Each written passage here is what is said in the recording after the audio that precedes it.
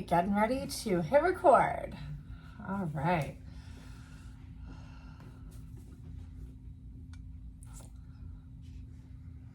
All right. Of course we needed mugs. Good morning. Good morning. I'm Naomi. I'm Liz. And we're the Run Galloway girls. And it's Wednesday. Yes, right? it's Wednesday. And we're so happy to be back on Wednesday. So happy to always record. And if you're watching us, we have Run Galloway girls mugs because we were finishing our shirts last night. And I was like, oh, we should make mugs. I love it. We need something for this coffee because we both got kind of poor sleep. So yeah, I don't know what was going on. Strangely, we both woke up. I woke up at like either 3:15 or 3:25. I was like, all right, I'm not falling back to sleep. So I put my headphones on and I put on The Good Wife and I was like, maybe I can fall asleep, but I could not. Just lay there. Yeah, and I woke up at 3 and I thought it was time to go. I was like, time to podcast. And my brain just did not shut back down. But I was so tired. And so, It's probably because we got together to make shirts last night and you wanted to keep hanging out, but you had to go get the kids. Yeah, we were ready. We were ready for today. We both need some time off, I think. Yes. We have a kind of great episode for you today. We are going to talk about running in the heat because we ran in the heat over the weekend. Yeah, so we got a listener question about it. Yeah, and we're going to talk about body image and how to start loving your body even when you hate it, and making those improvements. We're going to get pretty vulnerable there. And then we can talk a little bit about Boston. Yeah, I know. mean, it was pretty awesome to watch, but I was kind of thinking maybe from the Rec Runner. Where do you want to start today? Yeah, well, why don't we dive into that heat question? Because I think that's a great question as we head into, I mean, it's April. It's not supposed to be 90 degrees, but, you know, we live in Northern Virginia, so it's 90 degrees already. Yeah, and it's only going to get warmer. You know, it only gets, although maybe this summer we'll have like random like I hope 60 so. 60 days. I don't know. So when you're running in the heat, the best rule of thumb is to slow down. And I think Jeff says 10 seconds per mile or 30 seconds per mile for every 10 degrees over 60. Right. That is a lot. That's a lot of slowdown. So basically slow your easy runs. That is really, really important. However, Jeff will also tell you if you have mile repeats to bring a lot of ice with you and still just go hit those paces. And so we had mile repeats this weekend and we brought tons of water and tons of ice. I made the mistake, and this is the one problem with mineral-based sunscreen. Mineral-based sunscreen blocks your pores, and when you sweat, it traps it. Well, and it beads up on your skin, so it traps the heat inside you. So my suggestion is to find like a safe chemical-based sunscreen for running because you still want to wear sunscreen. I've always worn mineral-based sunscreen. I love mineral-based sunscreen. I like can't even wear most chemical-based sunscreens. And so I don't even have a good recommendation. I'll be looking out for one, but so I was like, oh, I'm going to be so good. I put my sunscreen on and then I was overheating the moment we got onto the track. I think you and Sarah felt it a little bit later. Yes. But the track, we have a red rubber track and it was like reflecting up and we had almost no wind. It was a cloudless day. Cloudless until we finished. Yeah. The clouds came over in the afternoon, but it was a day that we needed modifications. And I think one of our biggest ones that we're going to take into our next repeat day is starting a lot earlier. Yeah. Even starting in the dark. I mean, even finishing in the dark. Start in the dark. Take longer recoveries, which we didn't. We were like so hot we wanted to push through. Yeah, and get it done. Yeah. So, but bring ice with you. Ice, put it in your sports bra, like dump it over your head. You.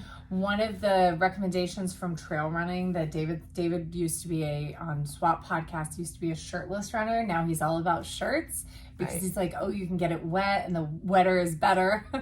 Yeah. So that's the other thing, just dump water over your head. And actually when we were doing that, that's when I started to feel better during repeats. But you know, it's funny, like, and this is not about heat training, this is more about our plan. We are I think I am just not really feeling the marathon this cycle, which is tough because the marathon's my favorite. It's your favorite. It's weird it's weird for that to be coming from you. Like, for me, it's fully normal because I'm like, I don't love marathons anyway. I'd be happy to not train for them. Yeah, so it's I feel like I'm in very good half marathon shape. I feel like I'm progressively getting better at half marathon shape. So it's so funny to be doing that. So heat running, but back to heat running. You need lots of fluid with electrolytes when you're running in the heat too. That is absolutely key. Your sweat composition doesn't change, so your loss of electrolytes per drop of sweat doesn't change for who you are, but the amount of sweat changes. The volume. That's why you need to replace those electrolytes. Like, I'm a salty sweater.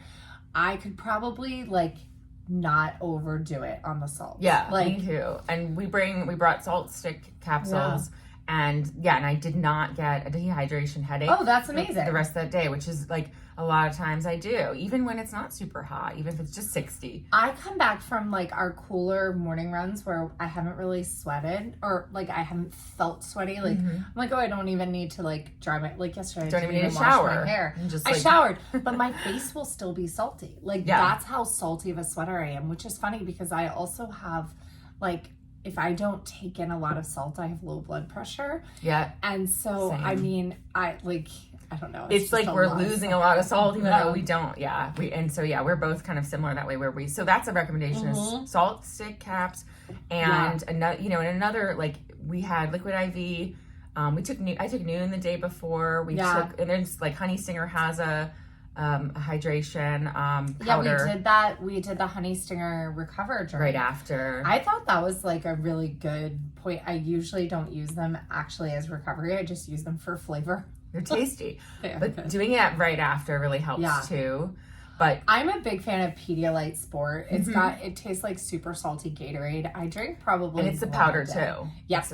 But it's the problem with all of these things that you do run into is they are just as expensive as buying a big bottle of it at a gas station. Even Pedialyte Sport is not cheap. Yeah, and so that's something you can do the day before the run and then during and then after, continue the electrolytes. Yeah. Electrolyte, probably most people are not getting enough I don't know. No, you're probably just fine if you're not an athlete. But if you're not an athlete, you're probably not listening to this podcast. Right. It's during sport and the day before these efforts. Yeah. Or, you know what? It's funny.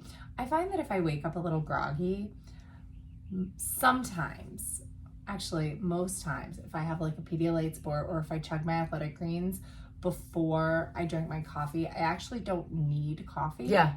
But I like coffee. Right. So a lot of times my grogginess is hydration related. Yeah. I'm the same way.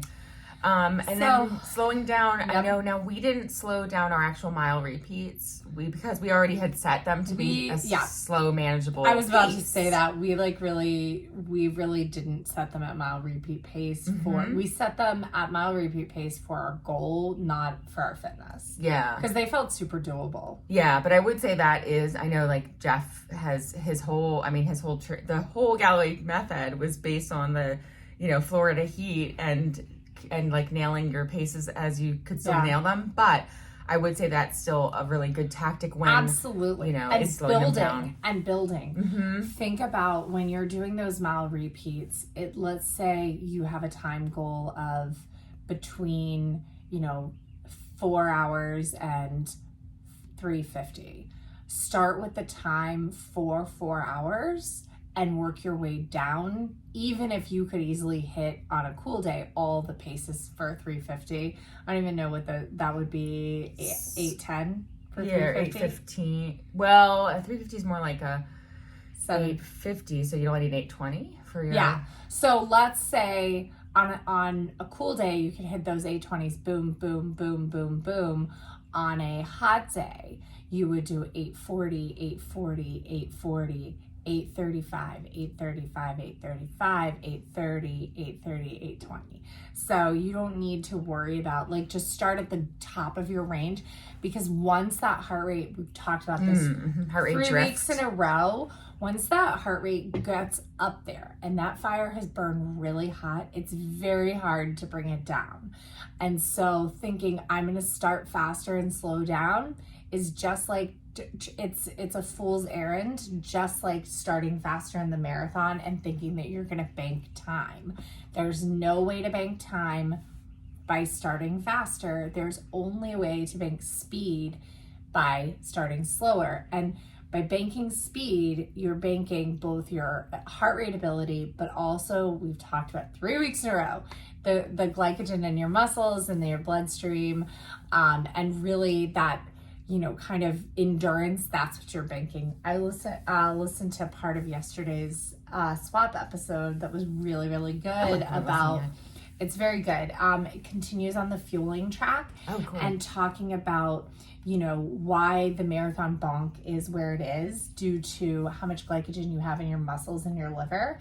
You can probably, if you're at the kind of a low, like if you're kind of in that high aerobic zone, during the marathon, you can last about 3 hours and then you bonk. And so if you're only replacing, let's say, and I can't remember the amount of carbs, if you're not replacing enough, like, you're gonna bonk even with a fueling strategy. That's why your fueling strategy needs to be high fuel from the beginning.